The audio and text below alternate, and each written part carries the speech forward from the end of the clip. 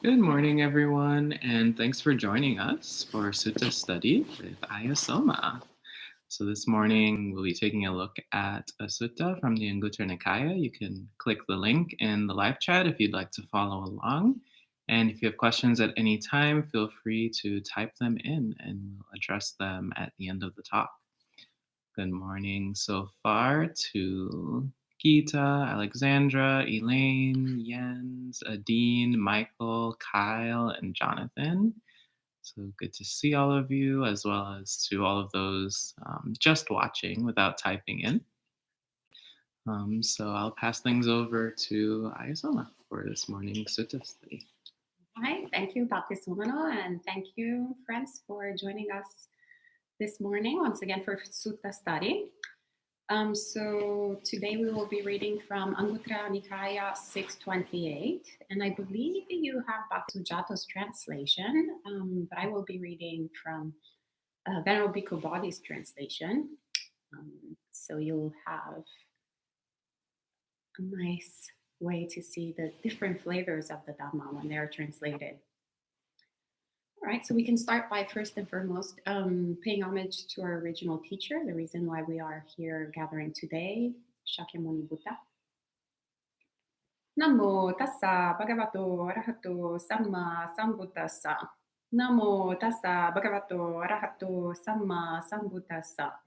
Namo tassa bhagavato arahato samma sambuddhassa. Uttam dhammam sangham namassami. So the sutta begins. On one occasion, a number of elder bhikkhus were dwelling at Varanasi in the deer park at Isipatana. Then, after their meal, on returning from their alms round, those elder bhikkhus assembled and were sitting together in the pavilion hall when this conversation arose among them. What, friends, is the proper occasion for going to see an esteemed bhikkhu? So we see, actually a typical sort of fragment of monastic life. So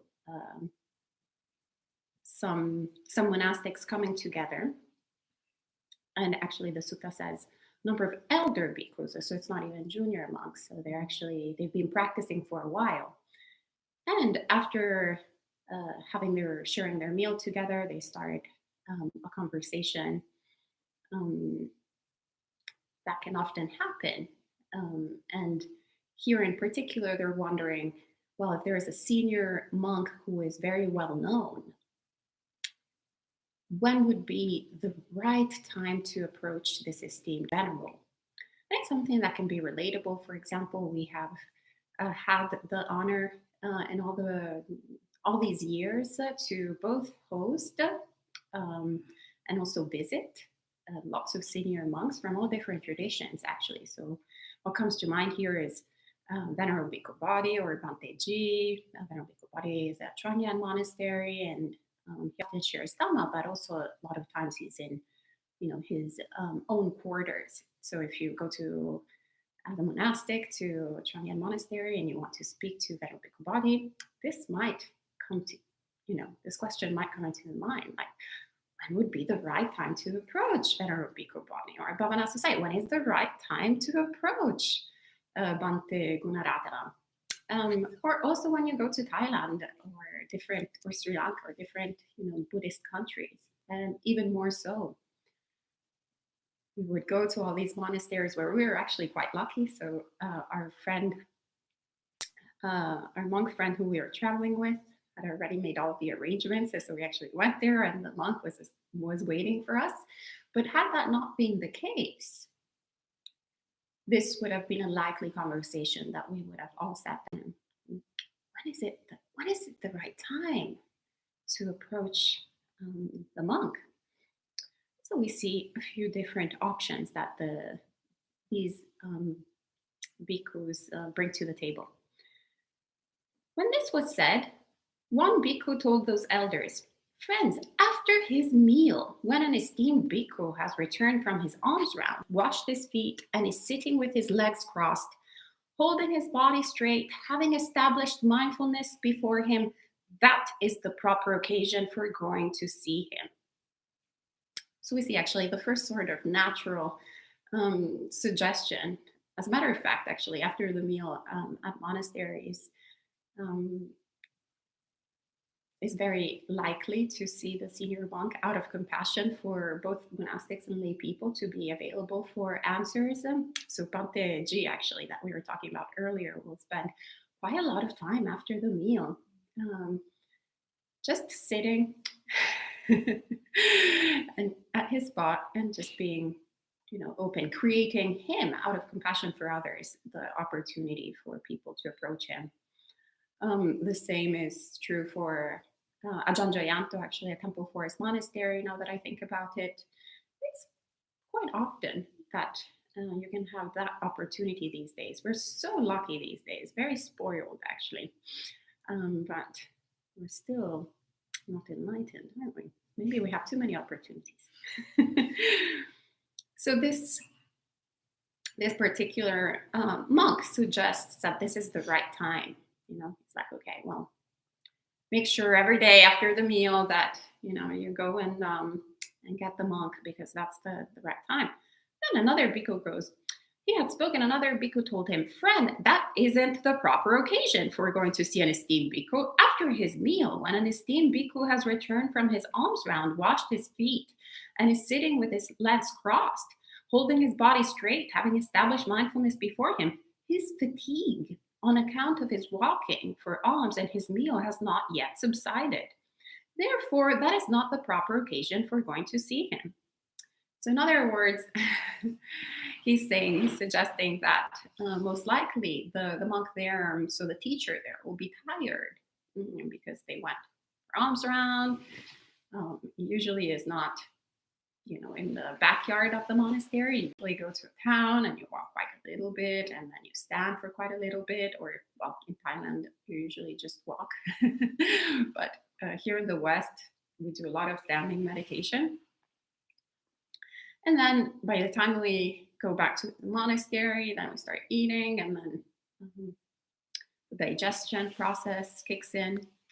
So this monk here is suggesting clearly the teacher will be tired, maybe wants to take a nap.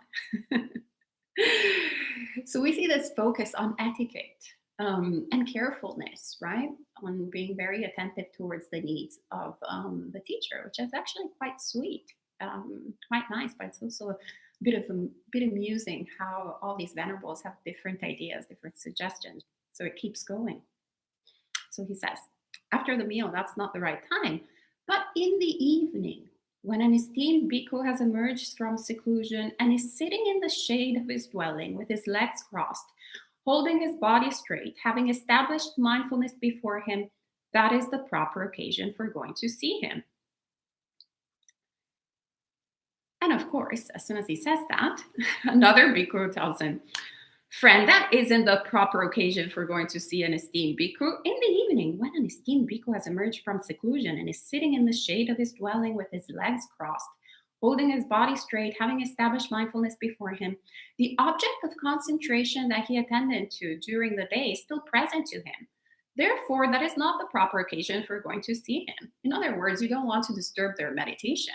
So it's really not the appropriate time, according to this particular venerable, because he says the teacher has probably spent the whole afternoon in meditation, carefully nourishing his samadhi and mindfulness, and then you appear, you start asking questions and distracting them, and then ruining their whole idea. Like, no, I have a better idea, of course. And the venerable says, "But when an esteemed bhikkhu has risen as the night begins to fade and is sitting with his legs crossed, holding his body straight, having established mindfulness before him, that is the proper occasion for going to see him." When he had spoken, another bhikkhu told him, "Friend, that isn't the proper occasion for going to see an esteemed bhikkhu. When an esteemed bhikkhu has risen as the night begins to fade and is sitting with his legs crossed, holding his body straight, having established mindfulness before him, on that occasion, his body is fresh. It is easy for him to attend to the teaching of the Buddhas. Therefore, that is not the proper occasion for going to see him." So fundamentally, the former monk was suggesting, right first thing in the morning. So when the mind is fresh. So then that's the right time to approach the monk, which, by the way, I totally I don't know what that monk was thinking. Maybe after coffee, that could help. But jokes aside, actually, the other venerable says, no, that's not the right time because, in the morning, the mind is fresh. So that's the perfect time for the monk to attend to his meditation practice and the teachings of the Buddha. They had a good night's sleep. They're all like ready to go. Why would you go and disturb them with questions and conversation? So it seems like there's never a right time. However you go about it, there's always one answer and it's wrong. So then, out of compassion, when this was said, the Venerable Mahākaccāna said to those elder bhikkhus, "Friends, in the presence of the Blessed One, I heard and learned this." So he comes once again out of compassion to the bhikkhus. He sees they're really confused, all these monks. They don't know what time, how, when, where to approach an elder monastic. And it's very important, by the way. It's something that the Buddha says over and over again, that we should always have questions and we should always approach senior monastics. So that's why Venerable Mahākaccāna, it doesn't say in the text out of compassion, but it's implicit. And I'm saying it to highlight it. Out of compassion for these venerables, he wants to give them a hand in understanding when it's the appropriate time. Because that is sort of the core of the path. We rely on our spiritual friends, on Kalyanamitas, to guide us we guide each other, in the right direction.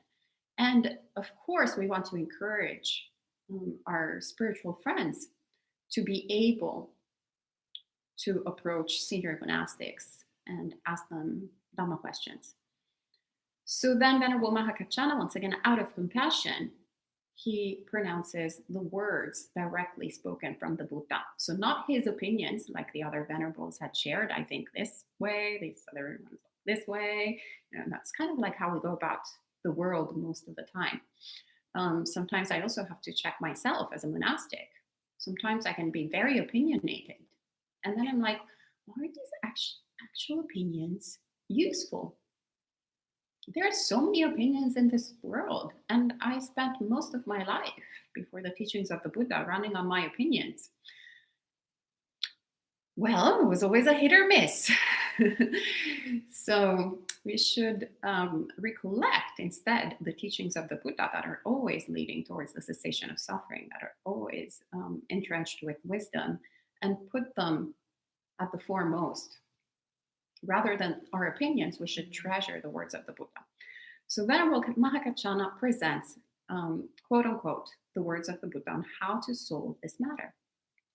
And he says, there are, bhikkhu, these 6 proper occasions for going to see an esteemed bhikkhu. What 6? Number 1. Here, bhikkhu, when a bhikkhu's mind is obsessed and oppressed by sensual lust, and he does not understand as it really is the escape from arisen sensual lust. On that occasion, he should approach an esteemed bhikkhu and say to him, "Friend, my mind is obsessed and oppressed by sensual lust, and I do not understand as it really is the escape from arisen sensual lust. Please teach me the Dhamma for abandoning sensual lust." The esteemed bhikkhu then teaches him the Dhamma for abandoning sensual lust. This is the first proper occasion for going to see an esteemed bhikkhu. So what we see here is, first and foremost, how we're switching from when, where, how we're going to approach the bhikkhu to like the purpose. What is happening? So it's the motivation, first and foremost, the reason. So not, oh wow, my God, that like monk is so senior, that's so great, I really want to approach them, but rather what is happening in my mind? And if there is an issue, an obstacle in the path for us, then that is the right time. If we just want to meet out of like sort of celebrity crush um, for a monk groupie. I remember actually when I took refuge with Venerable Bhikkhu Bodhi, um, and he was giving Pali names, and he was saying, okay, so if you've already done this procedure with other monks, please don't come. Like otherwise you're like just accumulating all these like sort of because they give you a little certificate, right, with your Pali name, etc. So it's like, yeah, there are some some people like who have million Pali names with million monks. And like, this is my Bhanteji certificate, this is my Bhikkhu Bodhi certificate, this is my Ajanjayanta certificate. Actually, Ajanjayanta doesn't do that. Cuts it at the root. You don't have the option. But point being, we should check, our motivation. What is the purpose? Is it to, spend and do some small talk with the monastic, talk about the weather with Venerable Bhikkhu Bodhi? Or is it because we're actually looking at our minds and seeing this big mess, and we realize that we need help in order to overcome it? So this is a very, very good reason. In particular here, the Buddha is addressing so sensual lust, so the first hindrance that can happen in our path and in meditation practice. And so when a mind delights in lust and is so focused on the mark of the beautiful, right? Like, how do we get out of it?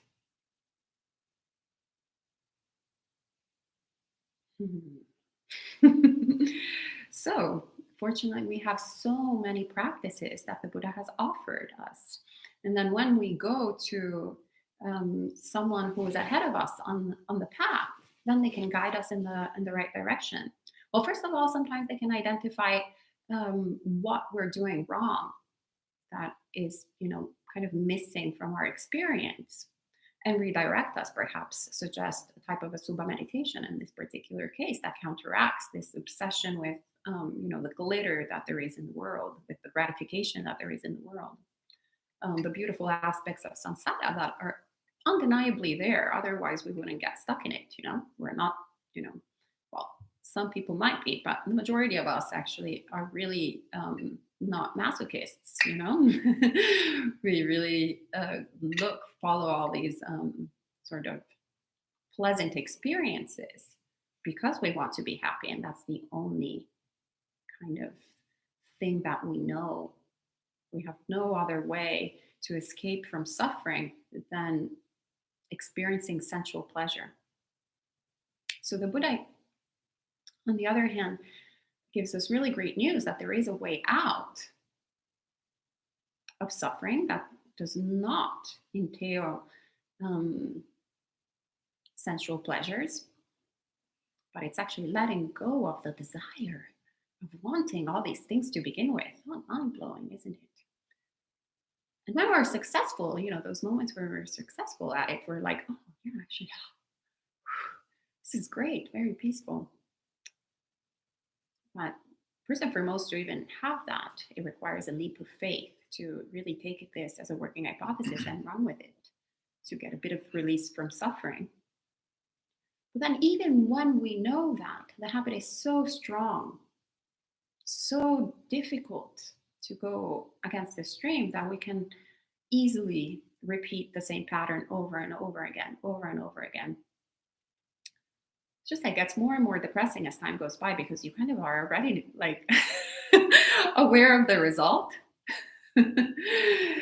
So I was watching my mind recently when I was in a lot of distress because our monastery cat was going through a hard time.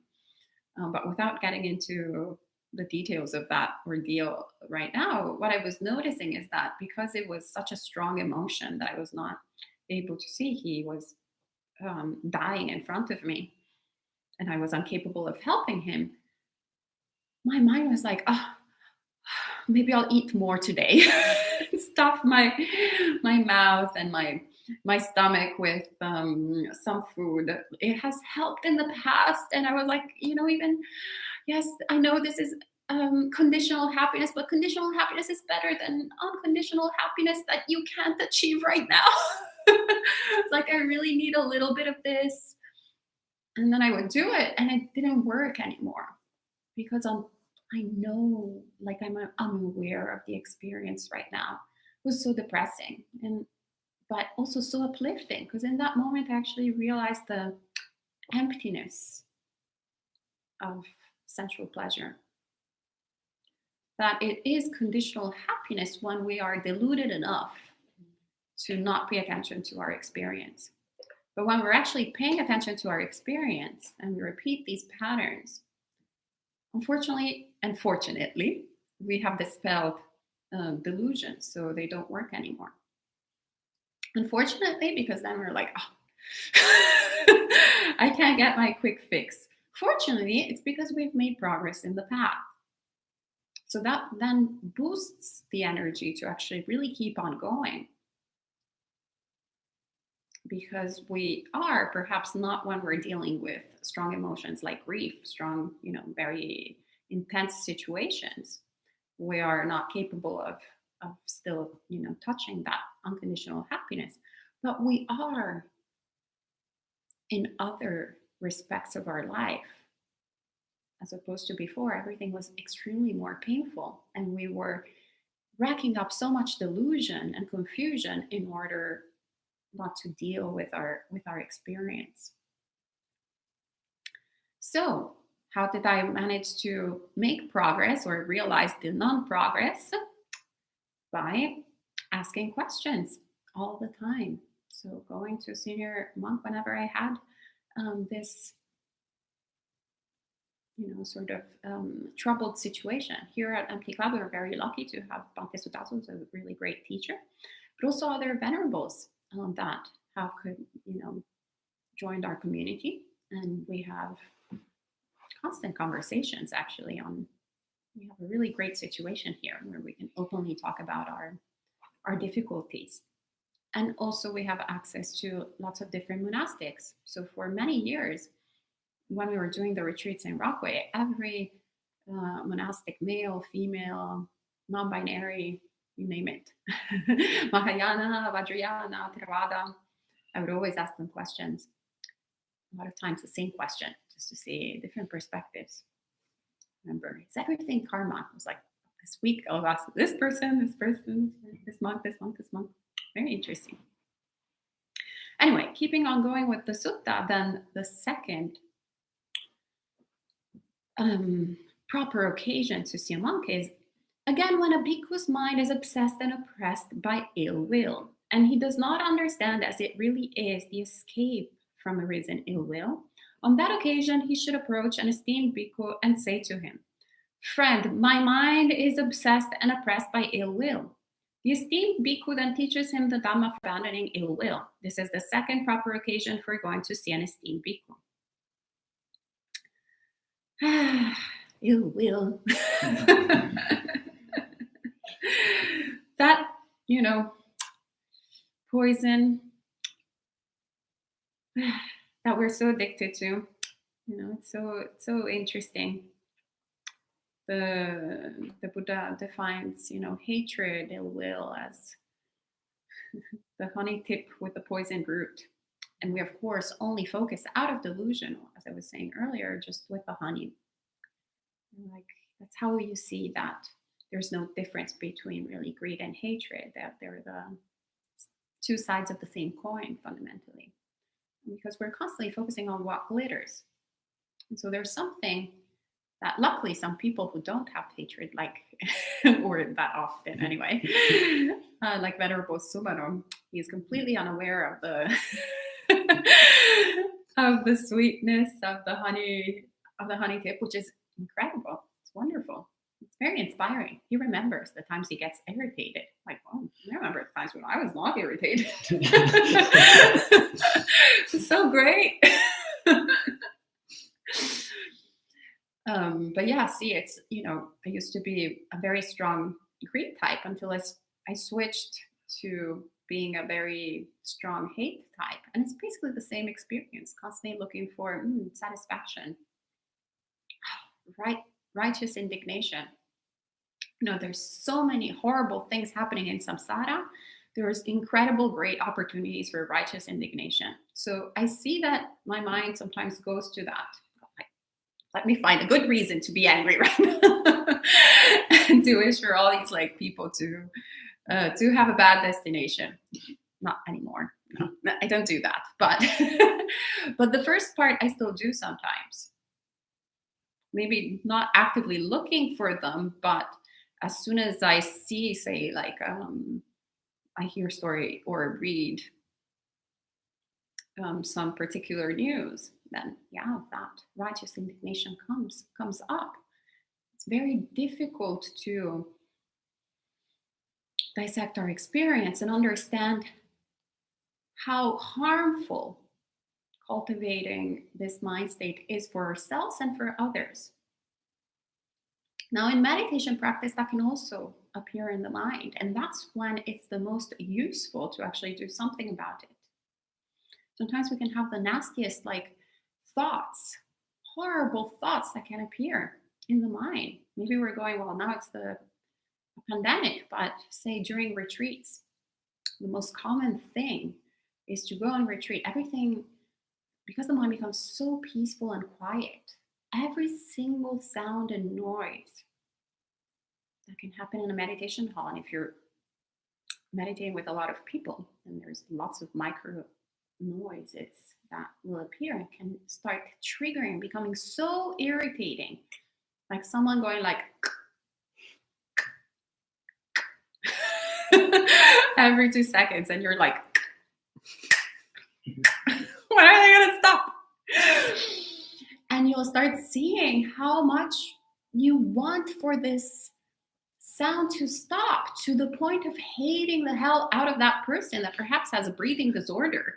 And you have to see the craziness of this mind that wants to harm someone, very good, nice person who's on retreat with you, just because they're bothering you with the trivial noise. And it's, the most horrifying thing about this is that it's perfectly normal. It's the most common and least discussed about phenomenon in meditation retreats, that pretty much the majority of people that go on long meditation retreats will have a glimpse of how horrible their mind is. And then you start realizing that it's actually not terribly different than the news that you read. It's just that those people never did anything with those mind states. Hence, if you keep nourishing them, of course, they will lead to horrible actions through body, speech, and mind. And so to a certain degree, we all do horrible things through body, speech, and mind. It's just a degree of how skilled we are at it.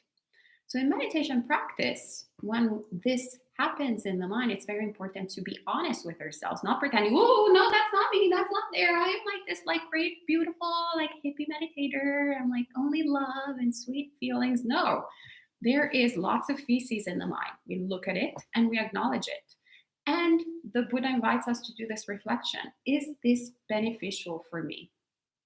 Is this beneficial for the other person? Is this beneficial for myself and others? Absolutely not. Absolutely not. Absolutely not. And it's so beautiful when I actually do this practice that was never offered to me until Buddhism. Once I asked myself these questions, just like the Buddha did when he was an unenlightened bodhisattva. And similarly, when he said no, like the natural answer is no, because it's not beneficial. In the same way, just like the Buddha, these things stop having control over us. And it's so easy to let them go. And you're like, why the hell am I hating the, whatever nervous tick of the person next to me? is this beneficial for me? No, clearly not. I'm in so much suffering due to this silly thing. And looking at the experience, the emotional experience in the body, not of what we think, not our ideas. I hate this, I don't like this, I don't want this, I have to stop. I came here to relax, but instead I'm like getting more stressed out. Not that, but the agitation, the physical bodily feeling that comes through all of this suffering. What does it feel like? How does irritation feel like?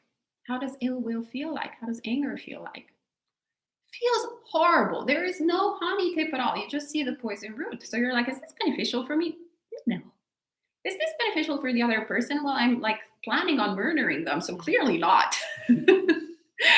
Is this beneficial for the two of us? Absolutely not. And we can drop it. We can let it go.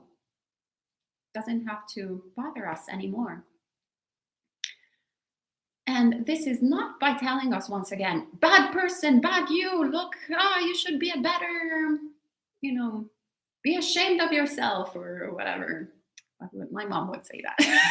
You should be ashamed of yourself. What are you doing on it? Like having all these emotions coming in or these thoughts. That doesn't work. It might silence them, but in reality, you're putting fertilizer. But actually doing this contemplation is looking at these feces and then deciding that you can throw them, toss them out, that you don't have to deal with them because you're smelling them. And when you smell them, it's not really, it's not really perfume. So you naturally want to get rid of it. And then we get to the third proper occasion to see a monk. Again, when a bhikkhu's mind is obsessed and oppressed by dullness and drowsiness, and he does not understand as it really is the escape from arisen dullness and drowsiness, on that occasion he should approach an esteemed bhikkhu and say to him, "Friend, my mind is obsessed and oppressed by dullness and drowsiness." The esteemed bhikkhu then teaches him the Dhamma for abandoning dullness and drowsiness. This is the third proper occasion for going to see an esteemed bhikkhu.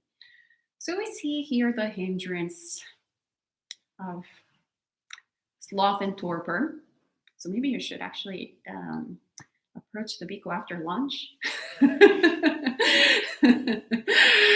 So they're having a bit of an experience, as the other venerable was saying earlier, after eating the meal with the digestion. It's very great. I'm kidding. But point being is, once again, this is a horrible hindrance. The Buddha, if I remember correctly, gives the analogy of a prison where we're not capable of, getting out of.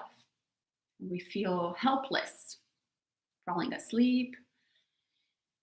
It used to be, actually, I never experienced sloth and torpor until this past retreat, actually, on the 2-month retreat at a certain point. I don't know. It's a recent thing for me because normally my mind is more in the restlessness camp in terms of hindrances. And it was incredible because I learned a few years ago to fall asleep while sitting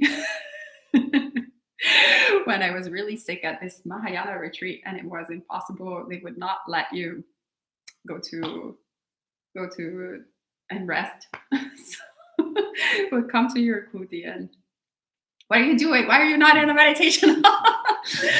And I was really sick. I had so much going on. And when I'm sick, my body needs to sleep in order to recharge. And I definitely couldn't focus on anything. So I remember I learned how to fall asleep while pretending to meditate, which was both a blessing and a curse. Because this kind of happened again. I think I got so relaxed to a certain degree in meditation practice that then it was, I think what Bhante Sudasa was talking about, that you're like, oh yeah, first jhana, second jhana, third jhana. No, actually Bhante Judah maybe. Anyway, all the monks talk about it. It's like, oh, I'm so concentrated. This is so great. The happy mind get easily concentrated. focus on the tranquility factor. So tranquil. But in reality, we're just focusing on good sleep. Sometimes actually I also dreamed I was having these like beautiful dreams, and I'm like, oh wait, what's going on? So the solution to this hindrance is, of course, to rise effort and some excitement in the mind in terms of Dhamma. So really recollecting the Dhamma and really recollecting what we're trying to do here, which is not a feel-good, sort of sleepy, drowsy thing, but rather understand that our head is on fire. And when our head is on fire, everything is on fire. We don't go like, oh, what a cute, like nice little warm, cuddly feeling next to this fire. No, we're like, oh my God, we need to do something about it. Like put water on the fire, run out of the building, like be alert, be present. So recollecting the teachings of the Buddha and doing something about it. So this is obviously an incredibly good occasion to go and ask for help. Go and ask to someone ahead of you in the path, how do I get out of this suffering? Where is the way out in this prison? And then we get to the fourth proper occasion, which is, again, when a bhikkhu's mind is obsessed and oppressed by restlessness and remorse, and he does not understand as it really is the escape from arisen restlessness and remorse. On that occasion, he should approach an esteemed bhikkhu and say to him, "Friend, my mind is obsessed and oppressed by restlessness and remorse." The esteemed bhikkhu then teaches him the Dhamma for abandoning restlessness and remorse. This is the fourth proper occasion for going to see an esteemed bhikkhu. So yeah, this is when we're enslaved by the mind. I think it's the most common experience of anyone at the very beginning who tries to do any type of Buddhist meditation practice. And they first hear the theory and they're like, maybe it's mindfulness of breathing. They're like, oh, you just need to look at your breath, in breath and out breath. That's easy. Like my dad said, he was like, this is elementary. Your religion is so stupid. I'm not going to even bother. And I was like, better try. Look at it. Is it that easy? When I first started, I was like in breath, and then I was like, I was already and traveling around the world, planning a million. I'm like, wait, what was I doing? Oh, in breath again. So I had already skipped the out breath. It's very, very challenging. So easy and so difficult at the same time. Easy to understand, but difficult. So we see that we actually have zero control over the mind, that our thoughts actually are just, appearing out of nowhere, so they seem, and directing us from one place to the other. So we have zero ownership. Very, very unpleasant state of being. And then of course, if our virtue and sila hasn't been particularly well developed, we also have lots of remorse of things that we've done in the past. So it can be towards our family members, our significant others, or just random people on the street. Will always come up and haunt us. Could have done that better? Could have done that in a different way? Well, yes and yes is the answer, actually, because we're not enlightened beings. And if we don't have a system of precepts, or we don't have a system that guides us in samsara, yes, we're going to do always a hit or miss. Sometimes we're going to get it right. We're actually going to have the appropriate response. Sometimes we won't. I honestly have no idea how I went like over 30 years without having the Dhamma and being not completely insane and not, well, actually I was quite insane, but for conventional standards, it wasn't. But, thinking, not really knowing, of course, we make so many mistakes. and those come and haunt us. So it is very, very difficult to navigate. So of course, it's a great opportunity to go to a spiritual friend and ask for advice. And there's different ways, of course, to address this. But first and foremost is the practice of sila, morality, which one of my favorite translations actually of sila is habits rather than morality. And that's because we replace the old horrible habits that we have cluelessly developed with wholesome habits. But we do that not by thinking about it. We do that through action, by taking something like, non-killing, non-harming. Practicing non-harming then replaces the habit of harming, replaces the habit of killing sentient beings with non-harming, non-killing.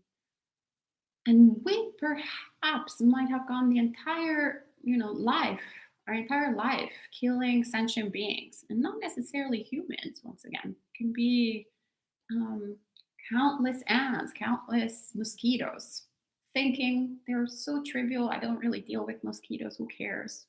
They're just annoying creatures. If we even, if we say that we believe in rebirth, we might even get to the wrong view of thinking, oh, I'm going to kill the mosquito so they're going to have a better rebirth.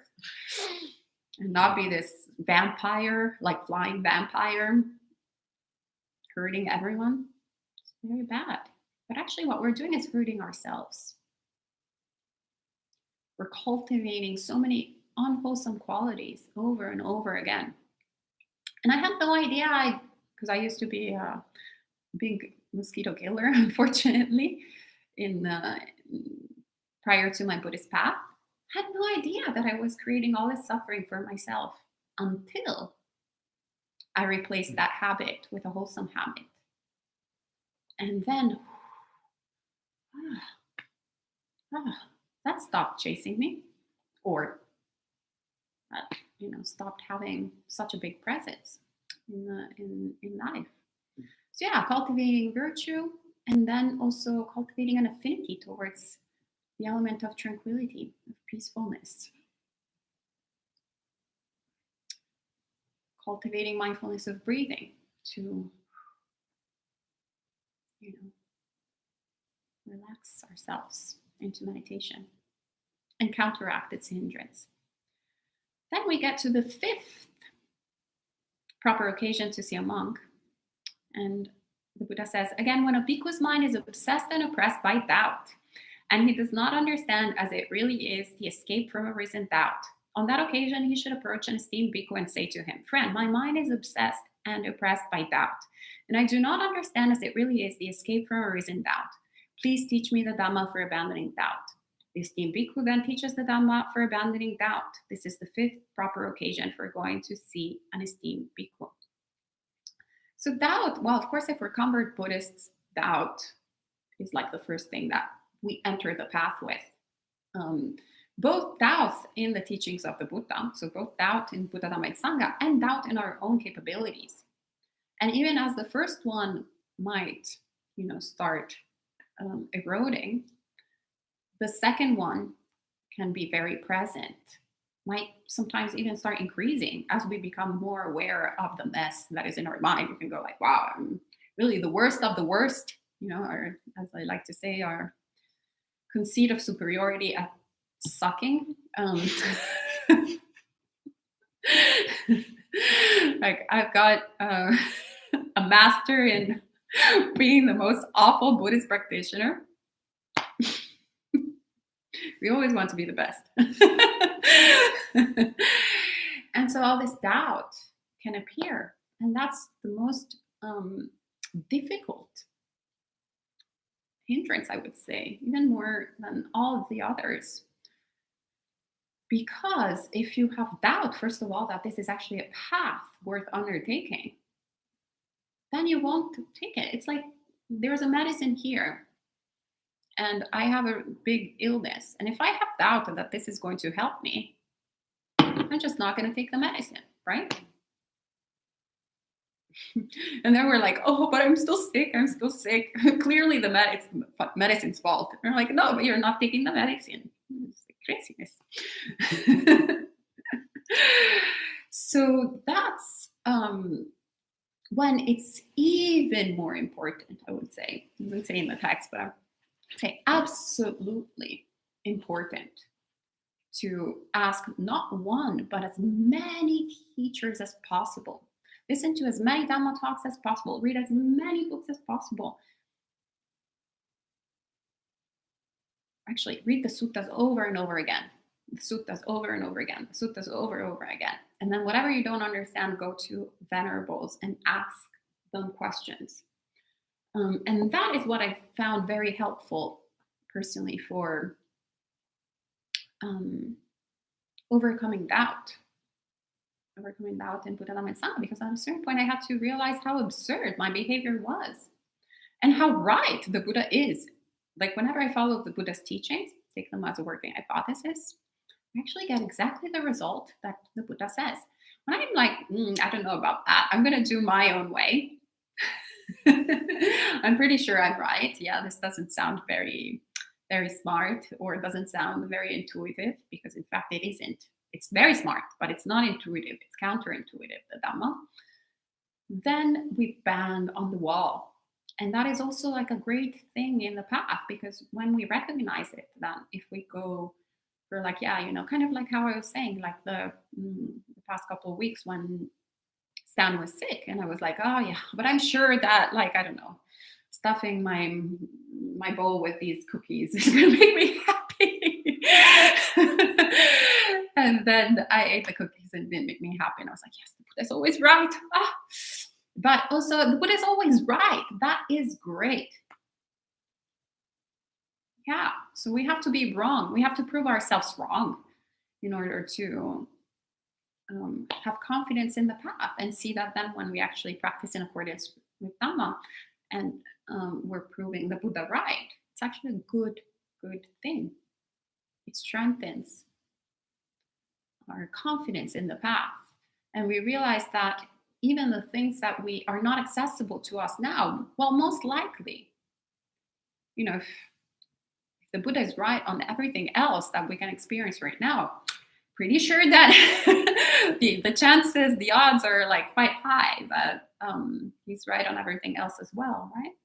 And then our confidence also in ourselves increases, because we see, the Dhamma is not something that we have to take as blind belief and wait, all of a sudden we're this like massive disaster, and then all of a sudden, bam, we're enlightened. Sometimes it can appear like that from the text.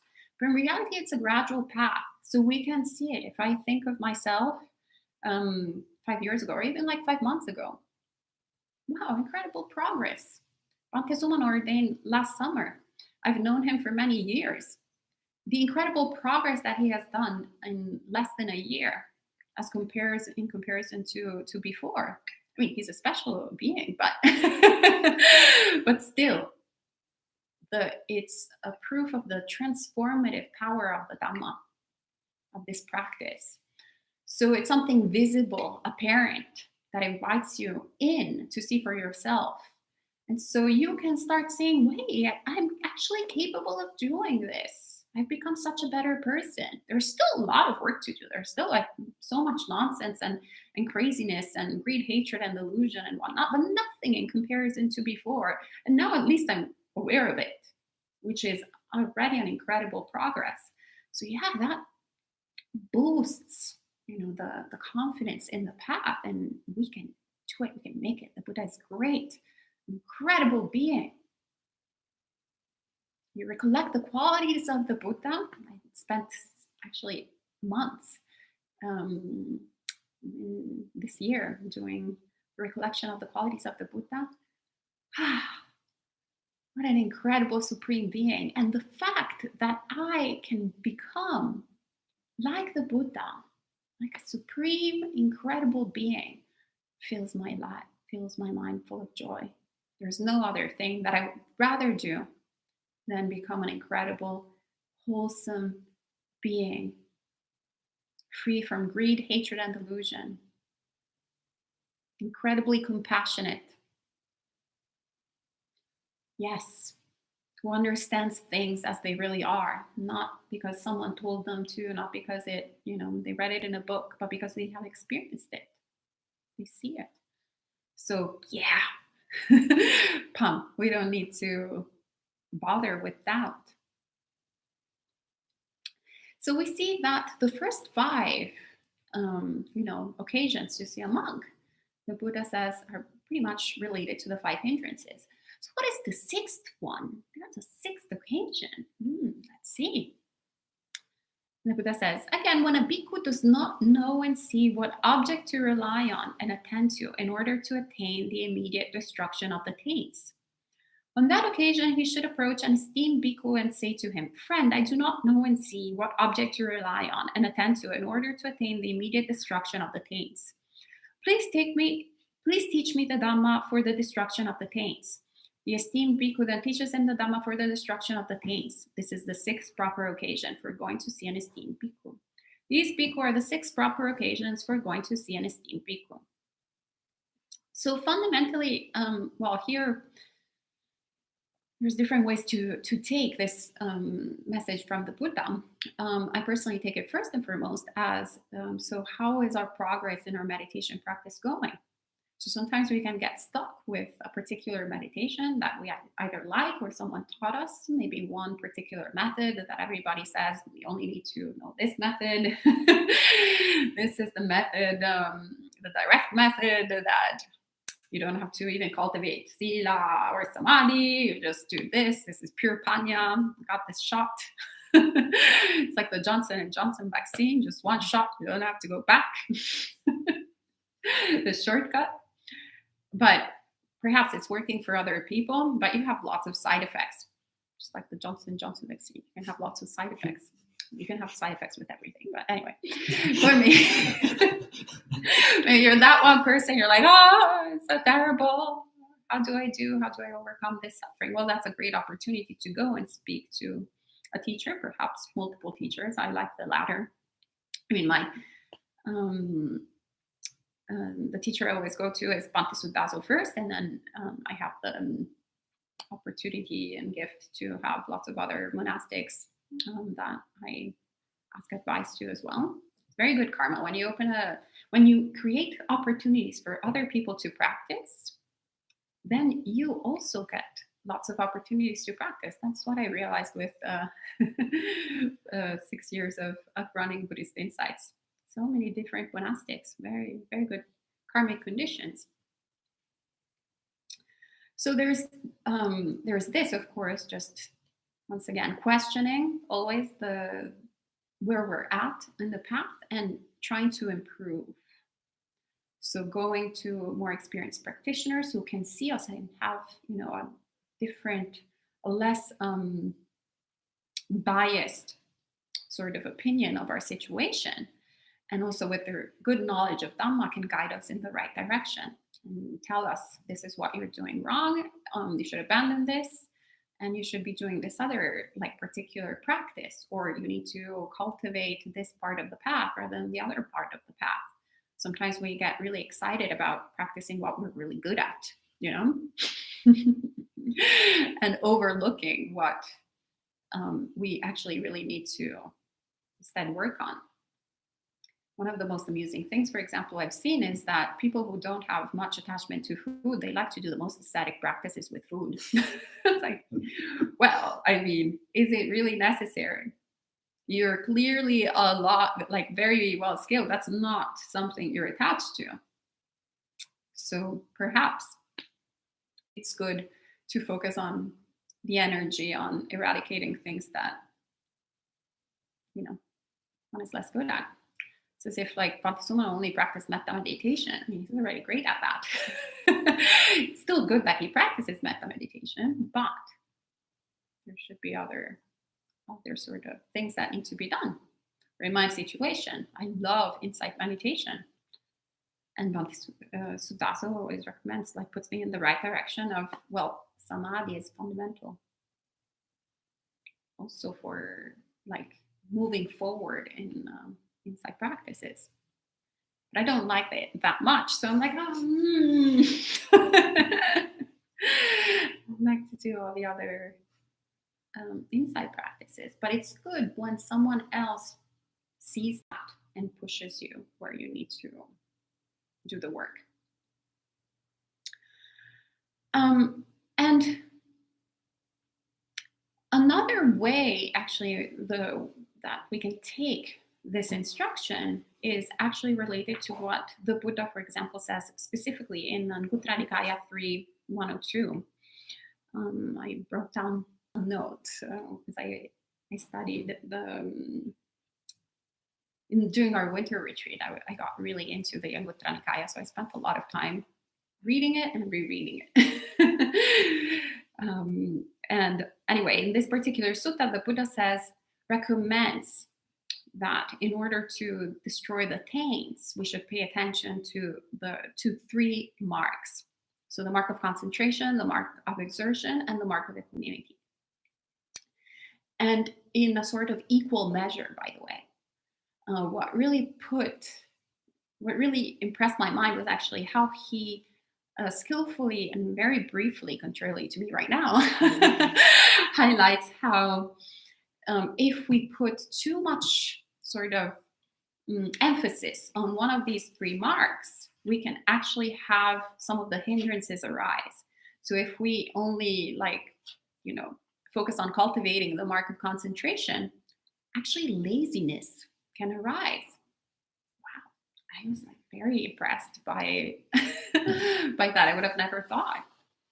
You think that you're just sharpening up the mind, yet if you only do that, actually you can become a little bit lazy, which then impedes you to attain the immediate destruction of the taints, as he says in the proper occasion. And if you try too hard, so if you're just focusing on the mark of exertion, then actually restlessness can appear, which that's somewhat intuitive. I mean, we can see it in our practice. Focus, focus, focus, focus. Like, you're not really relaxed, are you? Relax, relax.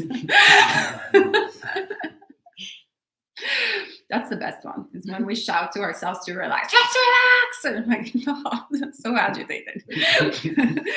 Sometimes we also do it with other people. Like, we're like, just relax! I don't know what we're thinking. So that's very interesting. And equanimity, what the Buddha says is that actually if we practice too much, if we focus too much on the mark of equanimity, then what can happen is that the mind won't be properly concentrated to remove all of the defilements. Very interesting, isn't it? So I feel like we always are perhaps connected also to what we were saying earlier. There is something that we like. There is a predilection of the mind that we tend to veer to. And then inadvertently, we rack up we cultivate, we create some nutriment for some of the hindrances that have partially subsided, right? And it's kind of interesting because I think that because I was putting so much effort on concentration at a certain point, that's when I started experiencing sloth and torpor. And because I became a little bit lazy. So it's always this balancing act, isn't it, with Buddhist practice? We're always going a little bit, and we're trying to be in the middle. But we can only keep on being in the middle and practicing, having a balanced practice when we're actually honest with ourselves, honest with our minds, and don't just dwell in our minds and pretend that we don't need the help of others, that we're self-sufficient and that we only need a book. But instead, always going and asking questions to senior practitioners. Very important to pierce the delusion. And so this is what fundamentally the Buddha encourages us to look at in this sutta, which is why I liked it so much. That most of the time, we spend thinking about trivial things like, oh, is it maybe after lunch, or maybe at 5 p.m. I heard they have a tea break, or maybe there's this, opportunity. No, we should look at our mind and see, wow, mind is a mess. I need to find someone to talk to. This is the right time. The right time is now. Like as soon as I see a monk, and then they will tell me when the right time is for them. And that's also connected actually to some other suttas where I remember Michael a while back was like, oh, isn't it? I think if the Buddha at a certain point was suggesting to one of the monks not to leave, even if told to leave the monastery by one of the by the monk there, not to leave if someone was making progress in the path, if the mind states were unwholesome mind states were decreasing and the wholesome mind states were increasing. And we can get very like Westerner and polite, and they told me to leave. I should leave. This is very weird. It's not proper. Why is the Buddha telling me to actually like stay in this place? It's not proper. Just using the British accent because they're very proper people. Contrarily to us Italians, we would just like occupy space. But jokes aside, it's very, what actually brought to mind, brings to mind, I think you say in English, is the biographies of the masters, the Thai masters. For example, Ajahn Mun would always tell people to go away. He wasn't like, oh yes, come here, I'm teaching this retreat, here are all your kutis, yes, please be here, be my assistant for this. No, he was like, go away, I don't want to see you. And these monks then would spend the vasa not at his monastery, but right next to his monastery, and constantly seek opportunities to see him, even though he had told them repeatedly that there was no business with him.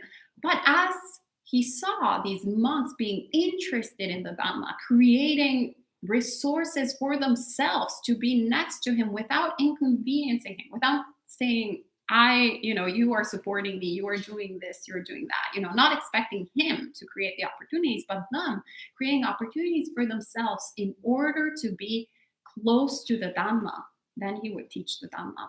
Because he saw that there was intention, there was excitement, there was the right motivation, which was not, oh, Ajahn Mun, I heard that he's a great monk and he lives in this forest and I want to spend some time with them. And then, I don't know, the accommodation is not really that comfortable. I would like to be sleeping with myself, not with other people. And I would like private bathroom. Why am I have to, but there's not even like a bathroom here. Why, I can have so many crazy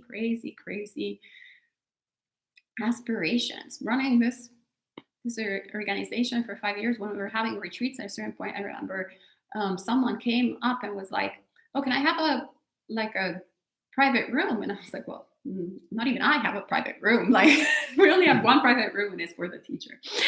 And they're like, what if I give you extra dana, so extra donations for the private room? And I'm like, well, that's not the purpose of that. And also, even if I wanted, like, we just don't have that. But, the reason why actually I always appreciated monastic traditional Asian Buddhism is because the focus is not on the accommodations. You go to Changyang Monastery for Bhikkhu Bodhi's retreat. Well, there was a big giant room if you're a layperson with 50 beds. Some of them have mattresses, some don't. And you start rushing to get the one with the mattress. I remember going there at the very beginning of my practice and going, oh, the message is very clear. We're not here for the comfortable mattress. We're not here like to, have a pleasant weekend. We're here to work on our minds, to do the nitty-gritty of the thing. So yeah, actually we should be grateful that there's, if not a mattress, like a place on the floor where I can sleep.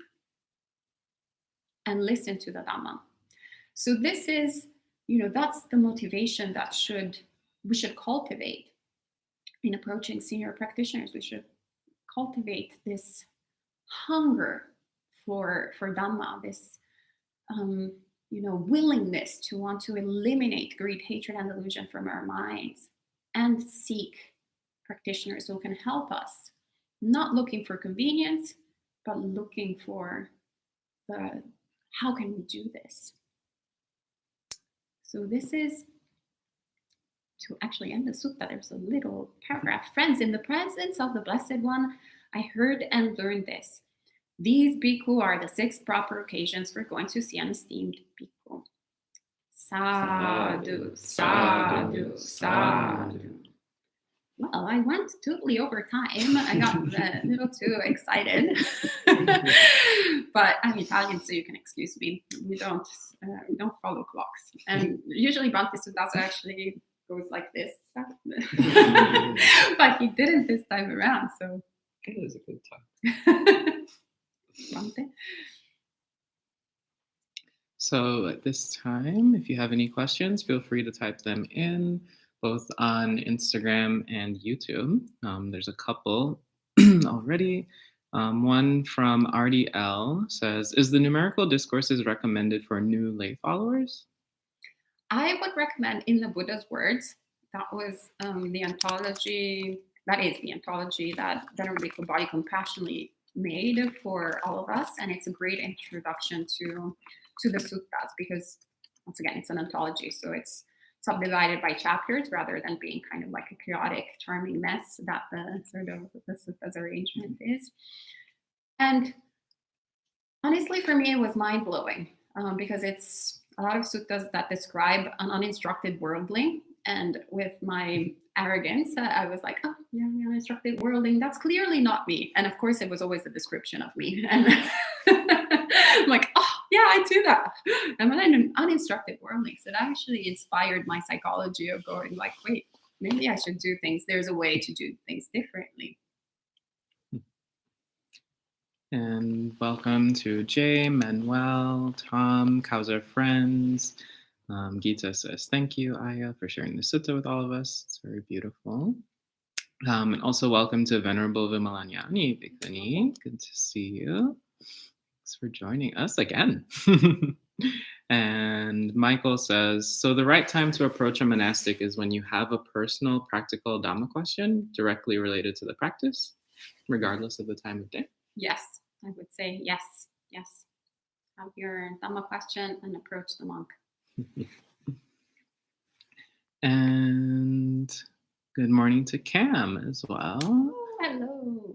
And Giovanna from the UK, Adine, and Robin. And then welcome as well to all of our friends on Instagram.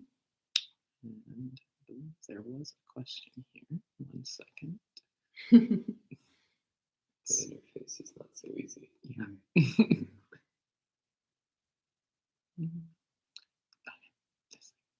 And I'm using the monastery phone, so I'm not used to it. So Ditter Sips also says that they've read a lot of Thich Nhat Hanh, who has helped them immensely.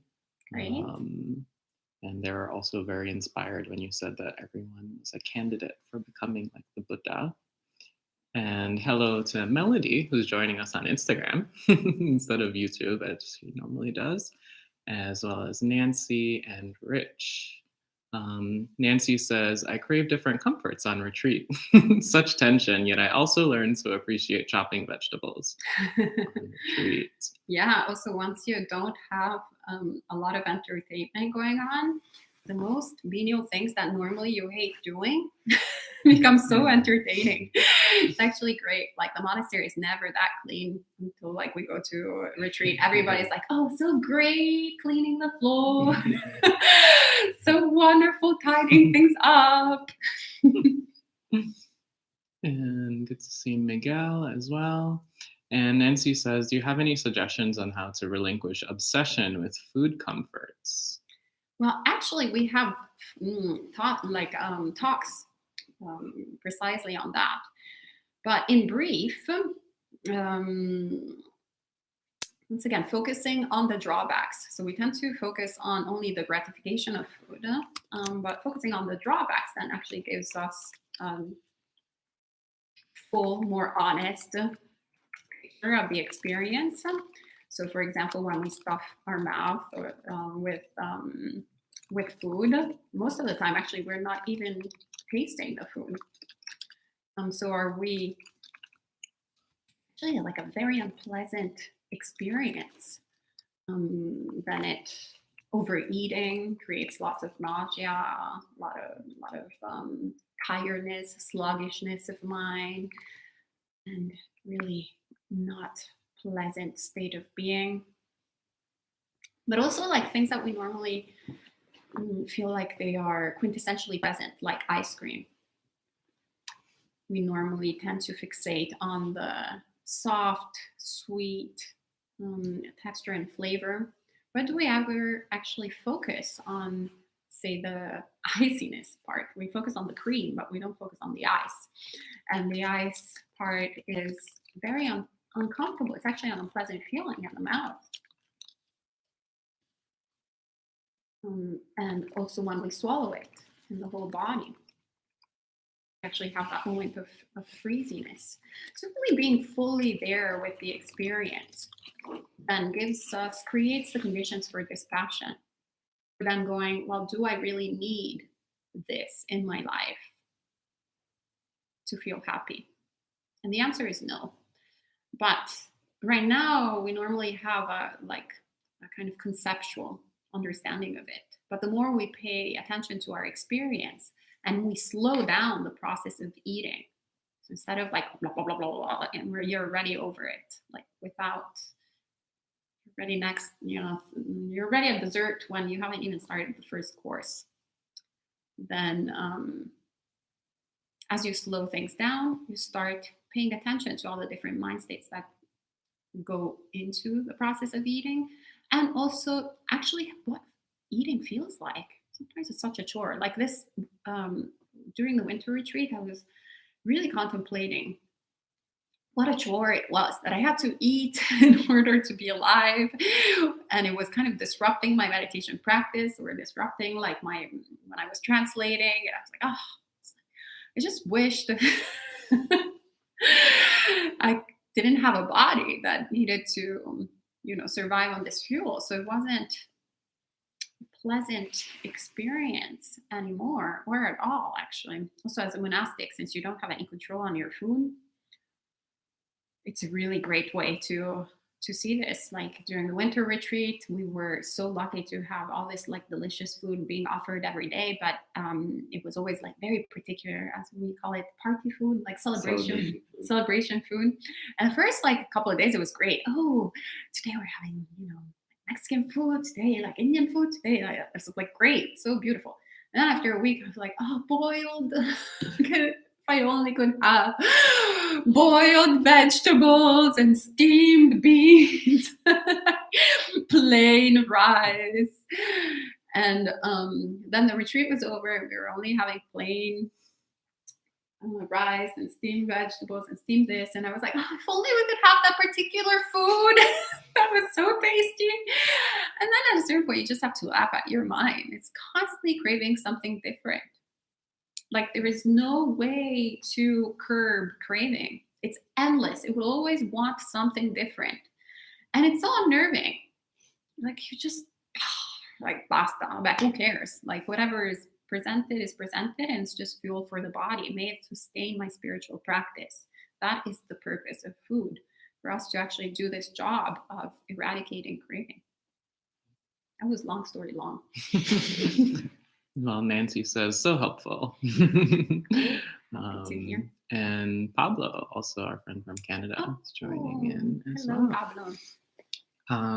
And I had a comment maybe it's a question, but when you were talking about, discussing the sutta and also talking about Ajahn Mun, it reminded me of when I went to stay at a monastery with somewhat reputable monk, and I remember that he was utterly terrifying. And there was a moment, but he was available for questions. There was a moment where I was like, I'm so scared, I can't ask. But I was like, no, I traveled like across the country. I spent all of this time and energy to get here. And so I actually asked the question every day. I asked to speak with him one on one. I also wrote to him. I was like, no, I'm going to make the most of this opportunity. But I also know that sometimes because people are afraid of approaching teachers, they might not ask, or if they're also afraid of revealing things that they're struggling with. So I don't know if you can talk a little bit about that. Well, sadhu, sadhu, sadhu for your right effort. See, so much right effort that then he's now a monastic, making lots of progress in the path. Yeah, honestly, the answer is just do it. As lame as the answer can sound, but you really have to force yourself. I actually had a similar experience, and I am quite shy. I know that people think I'm getting weird looks, but I'm actually shy and introverted. And the first time I went to a Buddhist monastery, actually, was Santa Chittarama, so I had a similar experience. Well, actually, the monk wasn't even frightening; it was really cheerful and nice. But I was at the monastery for a week, and in Santa Chittarama, which is from the Ajahn Chah tradition, they normally have a monk that will every day meet you for tea at 5, like meet, not you, but like the group, and you can ask questions. So they're actually very nice in facilitating this. And there was one of the monks that had said a few things during lunch that really caught my mind, and I really wanted to talk to him. And so I was like, well, sooner or later he's going to appear for tea. And so I would go every day for tea, and there was every single monk, and then it was like basically at the end of my stay there, and I'm like, this monk is not coming to tea. I'm never going to have the opportunity to talk to him, but I'm so shy and embarrassed and like, I don't know. And, all of these insecurities and craziness that the mind starts doing. And then I was like, okay, well, it's fine if I don't talk to him. I haven't talked to him all my life, so I think I can survive without talking to him, blah, blah, blah, blah, blah, blah, blah. And then at a certain point, I just did it. It was like, well, this is my only opportunity. And I think that I really need to I have these questions that no other monk here seems to be able to address them. And, back then I was identifying as agnostic, scientific materialist. Well, the latter part I'm adding these days because I identified what that was. But I identified as agnostic, and I didn't really understand why I went to a Buddhist monastery. And because Ashinatama had said, and that was his experience in the past, I thought that he could relate to me, as opposed to the other monks there were very, very religious, like I am these days. So I just did it, and it was great. I mean, I had a lot of agitation. The whole day was actually horrible because lots of different episodes. It wasn't that easy and straightforward to actually speak to Ashinatama. But it was more, craziness that happened in my mind. In reality, then I managed to finally get a personal, conversation with Ashinatama, because he was not really doing the tea sessions, and he only spoke English, not Italian. So that's also why he wasn't showing up for tea. And it was incredible. That was my first introduction to Buddhism that was really relatable to my particular situation. So my instinct was right, of that I needed to speak to him. And had I not followed it, probably I would have postponed, my entering the path, like starting to practice the path for who knows how many other lifetimes. Horrible. So you have to just overcome your hesitancy and anxiety and tribulation, or actually not even overcome it, just go with it. I'm an anxious person, I had a heart attack while asking for this personal meeting, but you just deal with it. Like, most monastics are so used to dealing with so many different people, and they're the most compassionate beings that I've met so far. So they're really not judgmental, especially senior monks. They'll just laugh about it because they remember probably when they were like that too. So there's no further questions on YouTube or on Instagram. Melody is also just saying that today is Chinese Guanyin Day in Singapore. Oh, nice. So she's celebrating. Great. There. Happy Chinese Guanyin. All right. Well, thanks everyone for joining us this morning for a sutta study. You can return tonight at 7:30 p.m. New York City time for a talk by Bhante Sudaso after some guided meditation. And for all our other online events, you can check our live stream calendar and join us for the rest of the week if you can. For all other questions that you didn't get to ask, you can ask them on Monk Chat on Friday, which is a proper occasion to see a monastic. Yeah. So write them down, save them, and join us on Friday evening for Monk Chat if you can. So we can end today with 3 sadhus. Sadhu, sadhu, sadhu. And enjoy the rest of your day.